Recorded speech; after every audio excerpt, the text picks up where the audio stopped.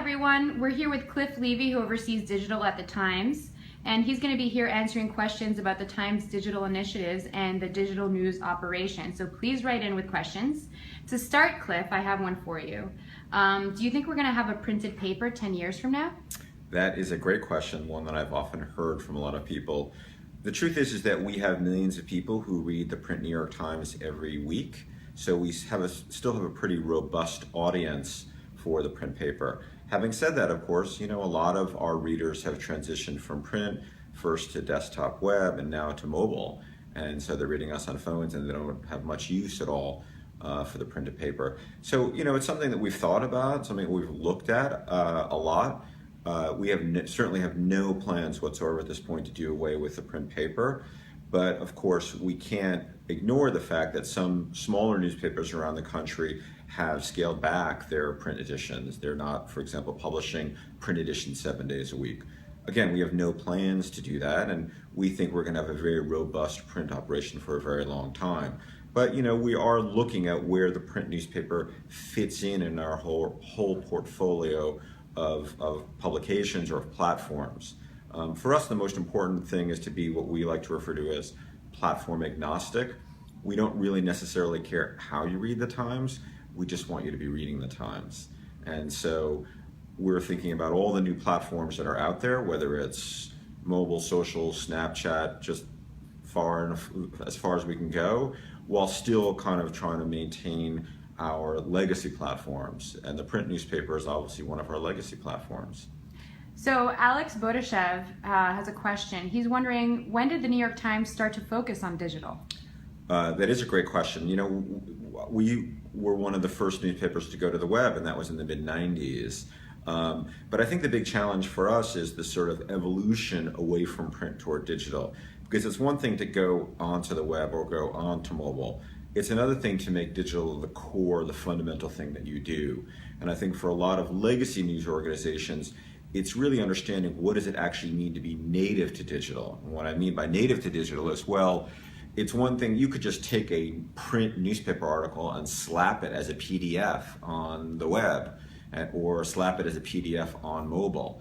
You might actually be on the web or be on mobile, but you're not really of the internet. You're not really digitally native. It's important for us to really try to figure out, what does it mean to be a digital publication? And that means creating journalism for digital first, not for print first. And so we're like a lot of legacy news organizations that are trying to figure out the best and fastest way to do that. Cliff, I have a question for you. You led a really cool experiment about a year ago where you blocked Times journalists from seeing our website on our computers and forced us all to look at the Times on mobile. I'm curious, why did you do this, and why do you think it had an impact? That's a great question. Again, it has to do with the evolution of the New York Times going from print to desktop to mobile. More than half of our traffic now is on mobile, but one of the challenges for our newsroom is that we report, we write, we edit all our journalism on desktop computers or on laptop computers, yet a lot of that journalism is being consumed on the phone. And it's not even just being consumed on the phone, it's being consumed on a phone in an atmosphere where the phone is everywhere. So we have to be thinking, people are reading this article not just on a mobile device, but on the mobile device while they're making breakfast for their kids, or while they're running to their college class, or while they're on the subway. That's a different experience. It's a different way that people are consuming our journalism.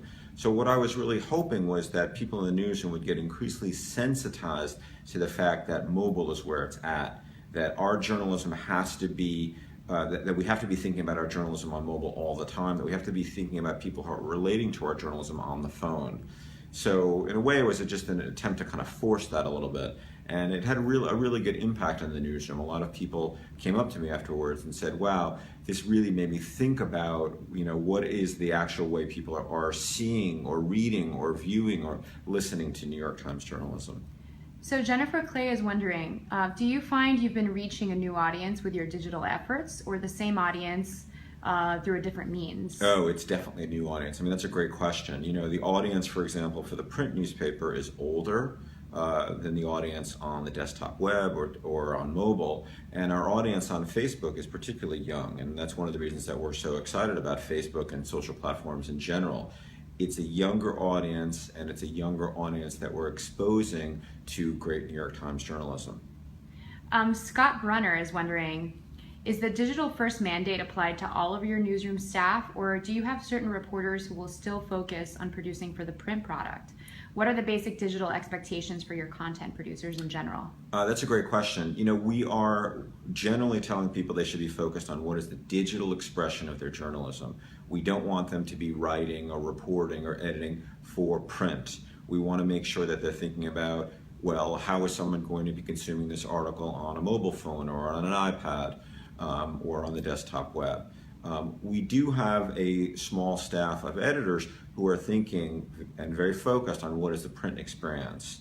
And just to be clear, we want to make sure the print experience remains an outstanding experience. We don't want to degrade the print experience. We don't want to degrade the print newspaper. But having said that, we know our largest audience is on digital, and we have to make sure that reporters and editors are always thinking about digital first. Lynette Jill is curious about what you mean by creating content for digital only. Do you mean making it interactive, or what exactly is the difference between print and digital content? There are many differences. One of the major differences is that you can have a much closer relationship with your audience on digital. On print, you would hear from your audience when someone sent in a letter to the editor that might get published a week later. On digital, we have immediate feedback from the audience. We can tell whether or not the audience likes the piece. We can ask for comments. We can really get a much better understanding of what the audience thinks about our journalism. And that's super, super important. It is so important for us to be caring about our audience, to be caring about what our audience thinks about our journalism, and to be caring about how our audience is reacting to our journalism. It's just a universe. It's just vastly different on digital than on print for that reason. The other thing, of course, is that digital is a much more visual medium. It involves obviously video, it involves digital storytelling, it involves data visualizations. We have very large teams in our newsroom now who are focused on how to bring a much more visual feel to the journalism that we produce. Someone's wondering, how has digital media affected what journalists do day to day? Has it affected them at all? Oh, it's affected them in a dramatic way. It's in a tremendous way. It's not just the journalism we produce, but we're thinking, of course, much more about how we disseminate that journalism. How are we disseminating that journalism, for example, on Facebook? How are we disseminating that journalism on other platforms like Twitter or Snapchat or Reddit? It's just a whole different way of thinking about what we do. In the print era, we would just produce journalism, it would get printed, and it would be largely forgotten at that point. We often say in the digital era, producing your story is just it's half or even less than half of the job. Having said that, the reason that people come to us is because of our great journalism.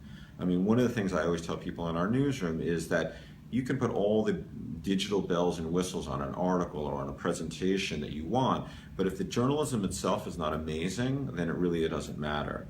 The reason that people come to the New York Times is we have great journalism. And they especially come to the New York Times for our great investigative work, for what we refer to as enterprise journalism. And they also certainly come to the New York Times because when big breaking news occurs. When big breaking news happens, people flood our apps, they flood our homepage. They want to know what the New York Times is reporting on this. They feel that the New York Times is going to get the story right. Anand Katakam is wondering, how do you get old school journalists to buy into digital? That's a great question. Like any legacy organization, whether it's a factory or a place like the New York Times, we have to retrain people. We have to make people understand what are the expectations of the digital era. And, but whether it's younger people or older people, some are much better at adapting to this new era and some have more challenges. We have older journalists who have become social media experts, and we have younger journalists who have had a harder time adjusting to this new era. So it's not necessarily about age or even experience. It's just more about some people really get it and some people don't. In your opinion, this is a question from Vincent Chaglassian. He's asking, what will be the next major breakthrough in digital journalism, in your opinion? Well, one area that the New York Times, I think, has been way ahead of everyone else on is virtual reality. Some of you might have seen some of the amazing films that our teams at the Times have produced virtual reality films. We just had one, which you can actually get access to right now in the Times' virtual reality app. It's a visit to Pluto, and we essentially give you this amazing 7-minute virtual reality experience, VR experience, where you feel like you're on Pluto. And it's extraordinary, and it really shows that the Times is taking journalism to the next level. Joel Robert Cox is wondering, if great journalism is the key, how do you explain the rise of clickbait journalism, and how do you compete with it? Well, I mean, one of the sources of real stability for the New York Times is we have more than 1.2 million people who are paying subscriptions on digital. They're paying money to get digital access to the New York Times. And that means because we have so much support from our readers, we are not tempted at all by clickbait. We don't need to trick people into clicking on stories because we know that people are coming to us for our great journalism. And I think that really separates us from a lot of other digital news outlets. Digital news outlets that are just dependent on traffic, sometimes, not all of them, and I don't want to generalize, but some of them are really get involved in all this kind of bait and switch in an effort to get you to click on a story that may really not pay off. Sreko is wondering, do digital advertisers and does consumer behavior influence the editorial approach here? I mean, we are always sensitive to advertising. We're sensitive to the advertising market. Advertisers do not dictate our coverage. They certainly don't tell us what to do. But whether it's the print newspaper 50 years ago or the digital advertising market today, we have to be sensitive to what advertisers want, what advertisers are interested in. We don't shape or craft our journalism to meet the needs of advertisers directly, and advertisers certainly don't tell us what to do. But that's the marketplace, and advertising helps support our great journalism. So we do have to be sensitive to what advertisers are interested in. Ali Surina is wondering, how have new digital efforts changed the tone of journalism, or have they? She says she's enjoyed new live feeds, but it definitely feels more relaxed and spontaneous and even friendly than she perceives the print edition. I think that's a really, really good question. One of the things we've thought a lot about is what is the digitally native voice of the New York Times. The voice of the print New York Times, the voice of the front page of the New York Times, it was a little bit more standoffish, it was a little bit more authoritative. As we've moved more into the digital era, especially on phones, we've tried to be a little bit more relaxed and a little bit more conversational. And in part, that is the nature of the phone. The phone is a very personal instrument. It has your photos on it, it has your address book on it, it's how you communicate with your family and friends. And we felt that if we communicated on the phone in the same way that we communicated in the print newspaper, that might create a little bit more distance between us and our readership. And one thing that we're very interested in doing is reaching our audience where they are and understanding their needs and speaking directly to them. How will you keep the value and integrity in the print version as digital continues to progress? This is from Susan Wysen. Look, we're really focused on ensuring the stability of the print newspaper. We have a lot of people who are print subscribers who care deeply about the print experience. And it's not just older people. There are younger people who feel that print gives them a vehicle to kind of disentangle from the digital age. And we all feel sometimes that we're too attached to our smartphones and our devices. And it's nice to be able to just kick back with a book or a print newspaper and really kind of separate yourself from your device. And I think a lot of people value that in the print newspaper. A lot of people value what the print newspaper brings them, and it's very important to the New York Times to maintain that, to maintain the integrity and the strength of the print paper. Constanza Fragoso is wondering, how do you think VR will change the way that we create content at the New York Times? How will it change the way that we do our journalism? We're just starting to figure out VR. We've done some excellent films so far, and the process is getting better and better. It's obviously very technologically complicated. We're just trying to understand what it means to do VR.